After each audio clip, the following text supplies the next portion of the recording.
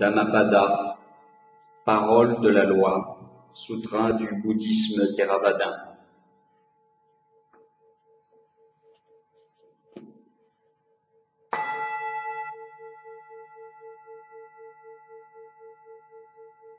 Premier chapitre.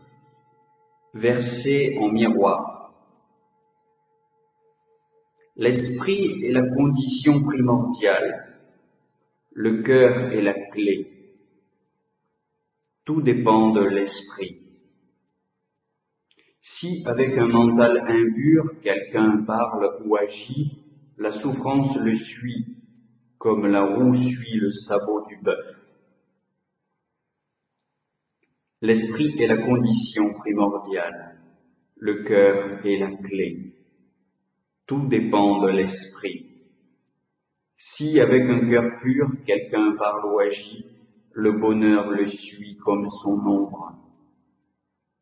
Il m'a insulté, battu, volé. La haine de ceux qui tiennent de telles paroles ne s'apaise pas. Il m'a insulté, battu, humilié, volé. La haine de ceux qui ne s'attachent pas à ses pensées s'apaise. Jamais la haine n'éteint la haine en ce monde. Par l'amour seul, la haine est éteinte. C'est une loi éternelle. Nombreux sont ceux qui ne comprennent pas que tous un jour nous mourrons. Ceux qui s'en rendent vraiment compte terminent leur querelle. Celui qui vit en louchant sur les plaisirs ne contrôle pas ses sens et ne sait pas modérer sa nourriture. Négligent, indolent, celui-là, en vérité, Mara, le seigneur de la mort, le renversera comme le vent renverse un arbre frêle. Celui qui sait que tout passe, qui observe ses sens et sait modérer sa nourriture, qui cultive une foi énergique, Mara ne peut le renverser. Le vent ne peut renverser un rocher. Celui qui ne respecte pas les règles morales, n'a ni maîtrise de soi ni loyauté, peut bien porter la robe ocre ou safran, mais il n'en est pas digne. Celui qui est bien établi dans les règles morales, qui est maître de ses sens et loyal, est vraiment digne de la robe ocre ou safran, quand bien même il n'en porterait pas. Ceux qui prennent l'erreur pour la vérité et la vérité pour l'erreur n'atteignent pas le but ultime. Ils errent parmi les vains désirs et les vues fausses. Ceux qui tiennent l'essentiel pour essentiel, l'accessoire pour accessoire, atteignent le but ultime. Ils poursuivent un juste désir et des vues correctes. De même que la pluie pénètre dans une maison de mauvais chaume, ainsi le désert pénètre un cœur non entraîné. De même que la pluie ne pénètre pas dans une maison au chaume en bon état, ainsi le désir ne pénètre pas dans un cœur bien entraîné. Il s'afflige dans ce monde, il s'afflige dans l'autre monde, dans tous les mondes, à tous les niveaux de l'être. Celui qui fait le mal s'afflige. Il s'afflige et périt, noyé par sa confusion. Il se réjouit dans ce monde, il se réjouit dans l'autre monde, dans tous les mondes, à tous les niveaux de l'être. Le bienfaisant se réjouit. Il se réjouit et se réjouit toujours plus, voyant la pureté de ses actions. Il se lamente dans ce monde et dans l'autre monde. Le malfaisant se lamente dans tous les mondes, à tous les niveaux de l'être. J'ai mal agi, se lamente-t-il en glissant vers des états misérables. Il est joyeux dans ce monde et dans l'autre monde, dans tous les mondes, à tous les niveaux de l'être. Le bienfaisant est joyeux. J'ai bien agi, dit-il, joyeux et toujours plus heureux. qu'il étudie ou récite tous les textes, s'il ne les met en pratique, le négligent est comme ce bouvier qui compte les vaches d'un autre. Mal entendu pour lui, il n'a aucune part à la joie de cheminer.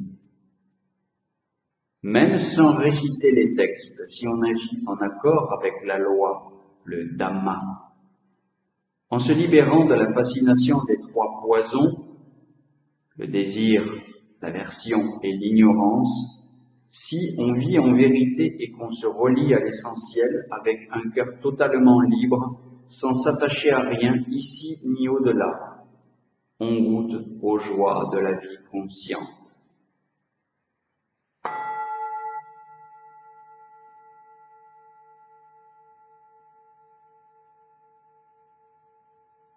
Deuxième chapitre, la vigilance. La négligence mène à la mort. La voie de la vigilance mène au-delà. Le vigilant ne meurt pas, le négligent est déjà mort. Ayant compris la vigilance, le sage s'y maintient, se réjouissant de voir clair, se délectant de lucidité. Ceux qui méditent continuellement avec ardeur et persévérance réalisent l'extinction des désirs, le nibbana libre de lien, le bonheur suprême. Elle croit la gloire de celui qui est énergique, attentif, pur dans ses actions, lucide, sans emportement, droit et se tient dans une vigilance continue. Par ses efforts, son ardeur, la discipline et la maîtrise de soi, que le sage crée pour lui-même une île qu'aucune tempête ne pourra submerger. Les ignorants, dans leur manque d'intelligence, s'abandonnent à la négligence.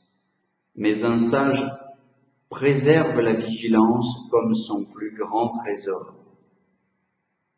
Ne vous abandonnez pas à la négligence et ne vous contentez pas des plaisirs sensuels. Celui qui est ardent à méditer goûte un bonheur toujours plus grand.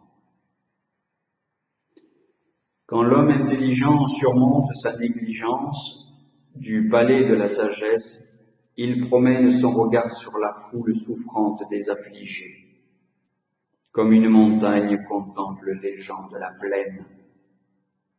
Vigilant parmi les négligents, éveillé parmi les indolents, le sage avance comme un coursier, laissant le pauvre rosse aller à son rythme. La vigilance est admirable, la négligence regrettable. Par la vigilance, on est comme élevé au rang d'une divinité. Le pratiquant qui se délecte de la vigilance et craint la négligence avance comme le feu, brûlant tous les liens, grands ou petits. Le pratiquant qui fait ses délices de la vigilance et craint la négligence ne risque plus la chute. Il vit dans le refuge de la présence.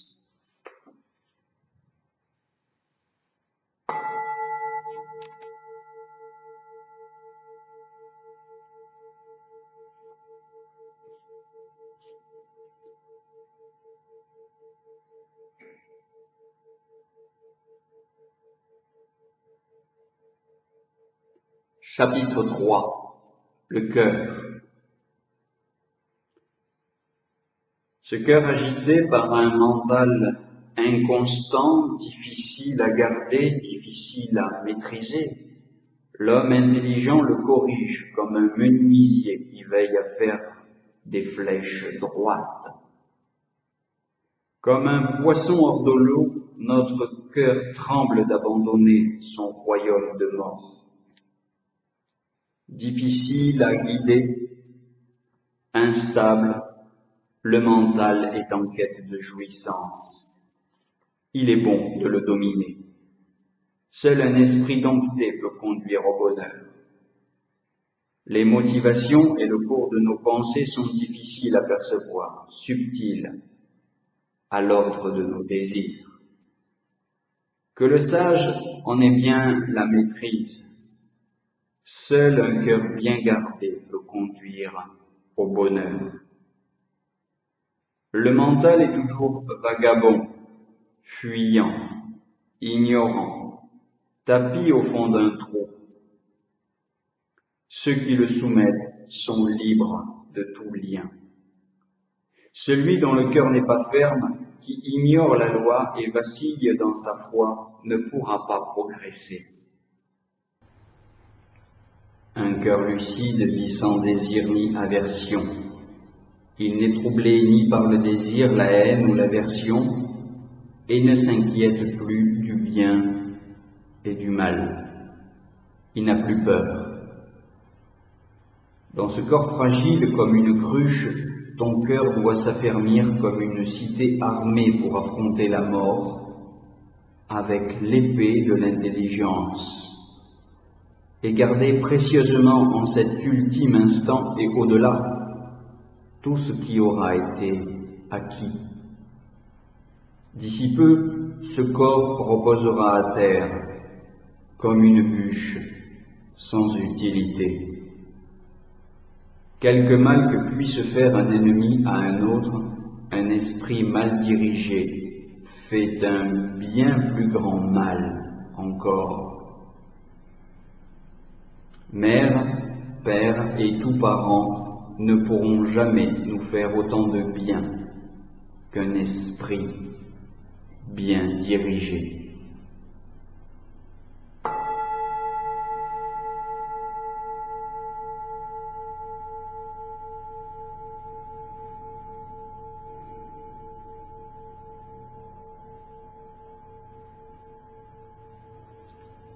Quatrième chapitre. Les fleurs. Qui dissoudra ce monde d'illusions qu'on appelle royaume de Yama? Qui découvrira le chemin de la loi comme un jardinier sachant découvrir les fleurs les plus rares? Le disciple de la loi dissout ce monde d'illusions, le royaume de Yama.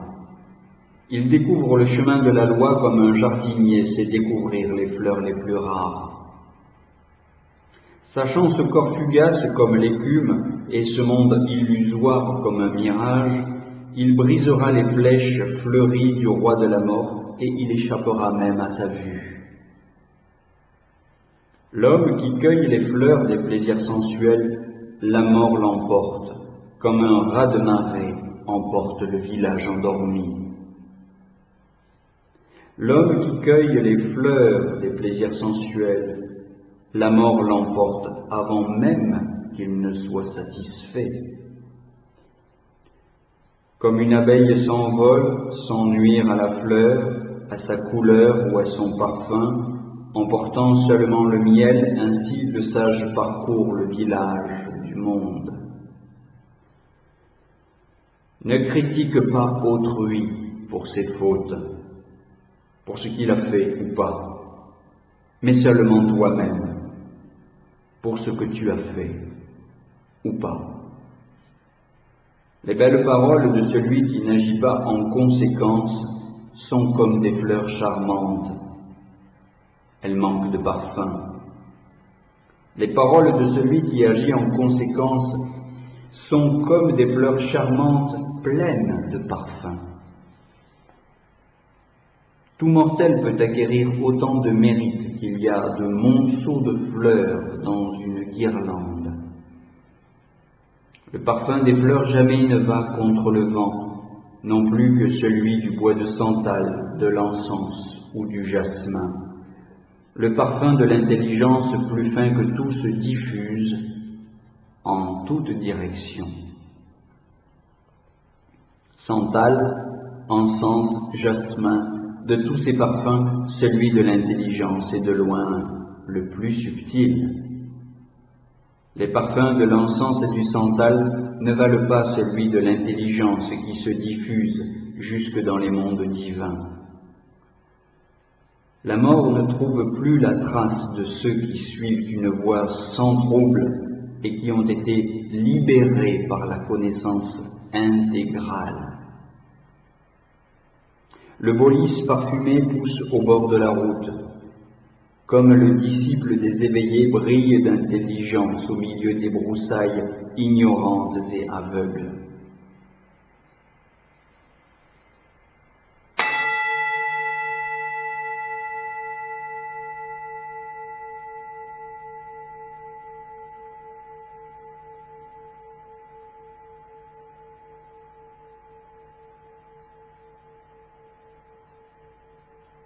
Chapitre 5. Les insensés. Longue est la nuit pour l'insomniaque, longue est la route pour les fatigués, longue est cette errance en transit dans le monde pour l'insensé qui ne connaît pas la loi qui est au-dessus des lois. Si en chemin il ne rencontre pas de compagnon qui lui soit supérieur ou égal, qu'il s'affermisse dans la voie solitaire. Pas de compagnonnage avec les fous. J'ai des enfants, j'ai des biens, les fous s'en tracassent. En vérité, comment celui qui ne s'appartient pas lui-même peut-il posséder enfants ou biens? Un fou qui sait qu'il est fou est au moins sage en cela. Mais l'insensé qui se croit sage est vraiment fou. Même si toute sa vie l'insensé s'associe à un sage, il ne comprendra pas plus la loi qu'une cuillère ne connaît la saveur de la soupe. Si même un bref instant l'intelligent rencontre un sage, il comprend tout de suite la loi, aussi sûrement que la langue connaît la saveur de la soupe. Les ignorants et les insensés n'ont pas de pire ennemi qu'eux-mêmes. Les fruits de leurs actions sont amers. La mauvaise action est celle dont on se repent et qu'on regrette. Ses fruits, ce sont larmes et lamentations.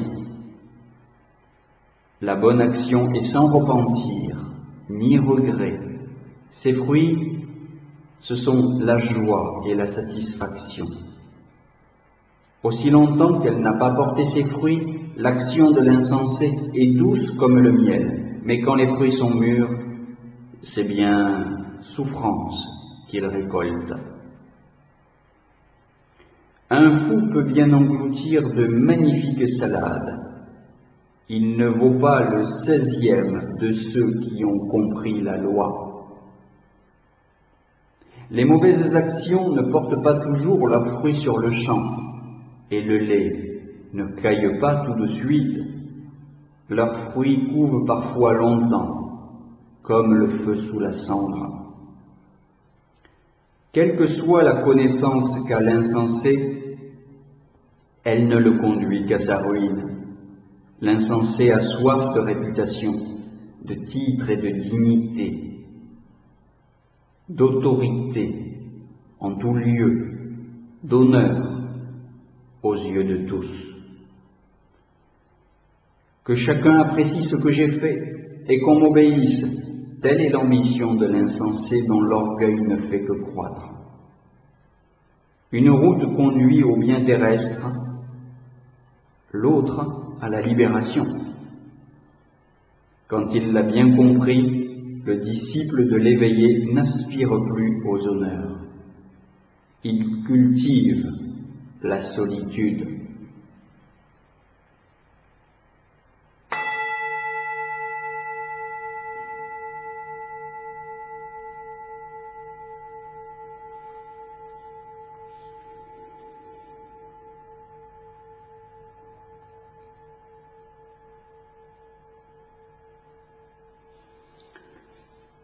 Chapitre 6. Le sage. Recherche la compagnie du sage qui te fait voir tes défauts comme on découvre un trésor. L'homme intelligent aime celui qui s'est exhorté et dissuadé, mais l'insensé en son cœur le déteste. Ne cherchez pas la compagnie d'hommes mauvais ou des médiocres, mais celle d'amis dans le bien, bons et excellents. Celui qui boit aux sources de la loi vit heureux et son cœur est serein. L'intelligent se réjouit toujours de la loi expliquée par les nobles disciples de l'éveillé. Les architectes font venir l'eau, les menuisiers redressent les flèches, les charpentiers tournent le bois. Le sage se consacre à la maîtrise de soi. Aucun roc n'est dérangé par le vent. Aucun sage ne l'est par la louange ou le blâme. Le sage éclairé par la loi est un lac profond, clair et tranquille. L'homme intelligent renonce à tout attachement. Dans le bonheur ou les souffrances, il n'est ni exalté, ni déprimé. Ni pour lui-même, ni pour un autre, le sage ne désire héritier, fortune, pouvoir. Il ne fonde son succès sur aucun stratagème, mais sur la vertu, la justice, la sagesse. Rares sont ceux qui gagnent l'autre rive, la plupart ne font qu'errer le long de celle-ci. Ceux qui vivent selon la loi vont au-delà de la mort, quelle que soit la difficulté des épreuves à traverser. Le sage abandonne la vie obscure pour une voie lumineuse. Sans foyer, solitaire s'il le faut, il cherche la joie difficile à trouver. C'est en renonçant à ses désirs et attachements qu'il se dépouille d'un mental troublé. Celui dont le cœur s'affermit dans la pratique des 7 facteurs d'éveil, l'attention, le discernement, l'ardeur, la joie, la sérénité, la concentration et l'équanimité. Celui qui sait pourquoi il se réjouit de renoncer à ses vieux appétits devient resplendissant et se libère vivant en ce monde.